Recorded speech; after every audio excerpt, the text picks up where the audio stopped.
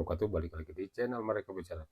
Oke teman-teman, seperti yang pernah dibahas dalam video sebelumnya ya, bahwa Bapak Erick Thohir sebagai Ketum PSSI akan menaturalisasi dua pemain baru, yaitu untuk di penyerang ya, karena mungkin oleh Romeni sakit cedera sehingga dia tidak bisa bermain di round 4. Nah, sekarang Pak Erick Thohir dan PSSI akan kembali menaturalisasi dua pemain, tapi sosok pemain ini belum disebutkan namanya ya, karena mungkin masih dirahasiakan atau mungkin karena masih proses, belum ada deal-dealan, belum ada katanya sih udah sepakat untuk membela timnas Indonesia, tapi mungkin karena belum selesai administrasi dan segala macamnya, sehingga Pak Erick Thohir belum berani memberikan bocoran namanya ya. Oke teman-teman, seperti apa videonya? Kita lihat video pertama.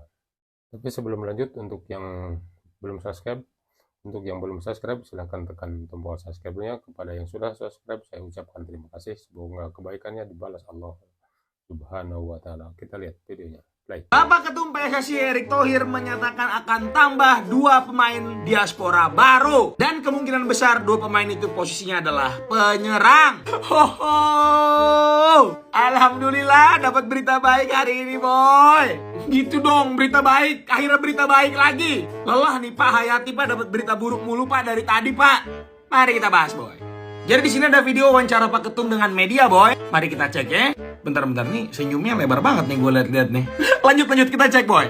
Ya. Seperti apa saya belum bisa ngomong, tapi ada dua tambahan yang kami sedang sedusin, dan sepertinya tadi malam ya dua-duanya komit untuk bergabung. Belum bisa, belum ada black and white, belum apa mas. Nah itu tadi adalah sekilas ya, boy, untuk wawancaranya. Di sini dari berita yang gue dapat juga, katanya dua pemain depan itu di luar dari Mauro Zailstra. Artinya ditambah Mauro itu jadi 3 nih. Tolong koreksi gue kalau gue salah ya. Satu nama terdekat menurut gue, karena Pak Ketum itu nyebutnya adalah penyerang. Kan penyerang itu bisa striker, bisa winger ya. Kemungkinan salah satunya adalah Miliano Jonathans. Tapi satunya gue nggak tahu nih, jujur aja. Bisa jadi Dean Zandbergen, atau mungkin Laurin Ulrich, mungkin gue nggak tahu lah. Atau tiba-tiba ada nama outstanding yang nggak pernah terpantau gitu. Kalau menurut kalian gimana, boy? Kira-kira siapa nih yang bakal diproses nih? Coba tulis di bawah ya. Terima kasih, boy, jangan lupa di follow. Bye. Enggak siapapun namanya atau siapapun orangnya, yang penting nanti dia bisa berkontribusi untuk timnas sepak bola kita ya, untuk timnas kita. Mudah-mudahan nanti mereka bisa bermain sejalan dengan apa yang diberikan oleh pelatih dan memenuhi target yang kita inginkan ya, yaitu masuk Piala Dunia. Mudah-mudahan nanti mereka bisa membantu timnas Indonesia untuk lolos ke Piala Dunia ya, mudah-mudahan. Mereka harus buktiin di semifinal final, ya, jangan hanya bisa lawan Brunei kan. Loh iyalah, ya kan lawannya kan, betul, ya kan. Meningkat terus ya Pak? Iyalah. Saya berharap mereka mencipta gol di 2 game ini sebenarnya, kan soalnya supaya membuktikan mereka siap gitu.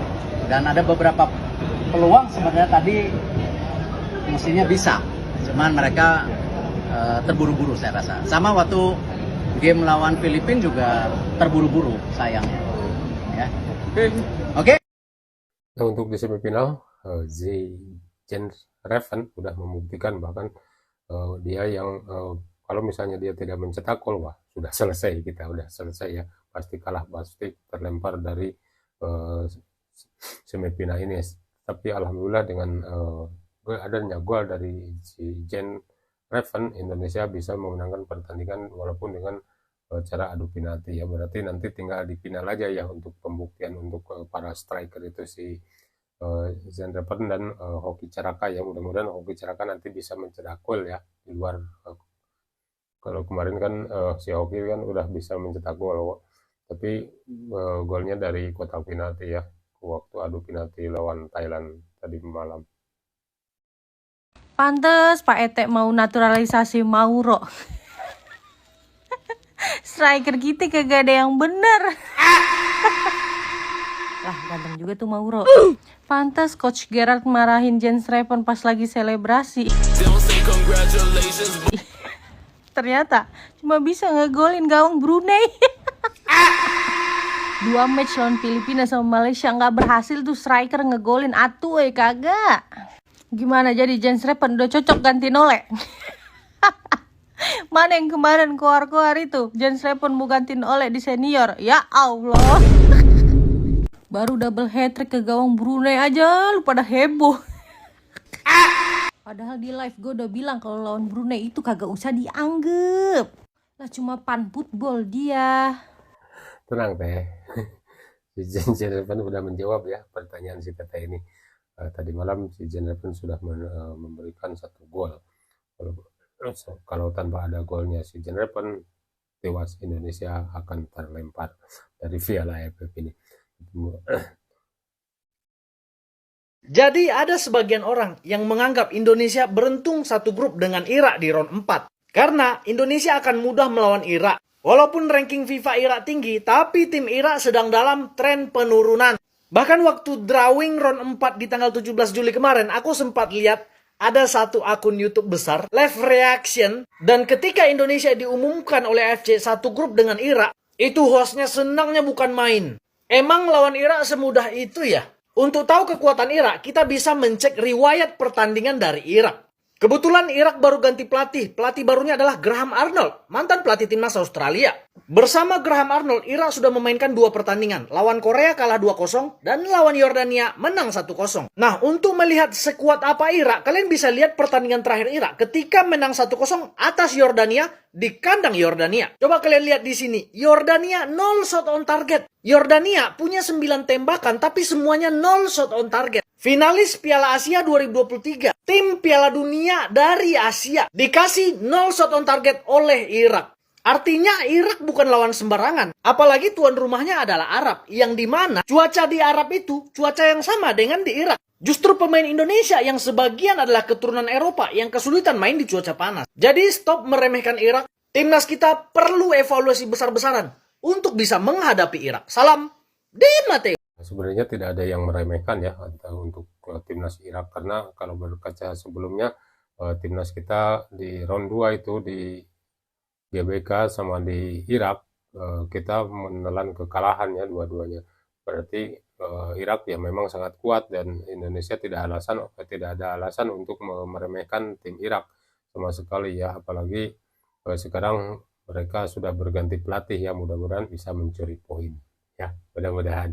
Pertanyaan saya tolong dijawab karena Anda dengan gagahnya bisa meluangkan waktu mengkoreksi netizen yang salah dan saya akui saya yang salah. Kemarin saya sudah posting di story saya, bahkan linknya sudah ada di akun Jasaye Haye Sport. Di situ bisa lihat media di mana kami membaca. Oke? Jadi kalau dibilang salah, oke lah, kita bisa terima. Saya dan Bung Helmi bisa terima. Dan saya minta maaf juga bahwa mungkin saya nggak cross check. Tapi tolong ini juga atas nama netizen Indonesia, rakyat Indonesia, penggemar sepak bola Indonesia, tolong jelaskan ke kami AFC. Kenapa kalian tidak sanggup atau tidak mau membayar tempat yang netral sehingga sportivitas, netralitas dalam olahraga itu kalian langgar? Alasannya apa? Saya pengen tahu, kami pengen tahu, tolong jelaskan, kami tunggu. Ya, jadi kalau kalian punya waktu untuk meluangkan waktu untuk menegur saya dan itu hak Anda, tolong ini juga dijawab pertanyaan ini. Terima kasih. Coach Justin itu protes terhadap AFC ya teman-teman, karena dia pernah di dalam satu podcast menyebutkan bahwa Malaysia itu katanya defense oleh FIFA ya, sementara si FIFA ini mengklarifikasi atau menegur Coach Justin ya karena ada podcast itu. Nah, terus si Coach Justin ini bilang kalau misalnya si AFC ini bisa sedetil itu menganalisa sesuatu, kenapa mereka AFC itu tidak bisa menyiapkan tempat netral untuk di round 4 ini gitu katanya. Tolong itu dijawab gitu, dan tolong berikan penjelasannya kepada rakyat Indonesia gitu. Kenapa kenapa tidak di tempat netral gitu kan, kenapa harus di Arab, kenapa Akhirnya ya, semifinal AFF U23. Tapi ya, kalian cuma pengisi slot. Finalnya sih udah pasti Indonesia versus. Ya siapa yang beruntung aja lah nanti. Waduh, sombongnya. Santai bro. Kita udah bikin sejarah sampai semifinal, tinggal 1 langkah bikin kejutan lagi. Bisa aja loh kamu tumbang duluan. Heh, kalian berdua jangan terlalu mimpi. AFF itu kandangnya Thailand. Mau tuan rumah kek, kejutan kek, ujungnya tetap gua yang angkat piala. Tai, jangan terlalu hidup di masa lalu. Sekarang giliran gue. Gue tenang, fokus, dan tahu caranya menang besar tanpa banyak bacot. Yang bacot justru bukan gue. Tapi kalau stadion penuh merah putih, kalian siap nggak tuh telinga kebisingan? Main lawan gue, bukan cuma lawan pemain, tapi juga atmosfer neraka. Atmosfer? Yang penting gue main bola, bukan lomba teriak. Gue heran, Ludo suka banget hype sebelum waktunya. Nih ya, semifinal itu bukan buat adu drama. Setuju. Dan kalau bicara soal tekanan, pemain gue tuh udah biasa digembleng keras. Gue nggak datang buat selfie di stadion, bro. Santai. Nanti kalian bakal ngerasain sendiri apa itu badai merah putih. ya bagus juga ya parodi animasinya. Oke teman-teman, itu saja video dari saya, semoga bermanfaat. Terima kasih sudah menonton, jangan lupa di like, komen, dan subscribe. Terima kasih. Assalamualaikum warahmatullahi wabarakatuh.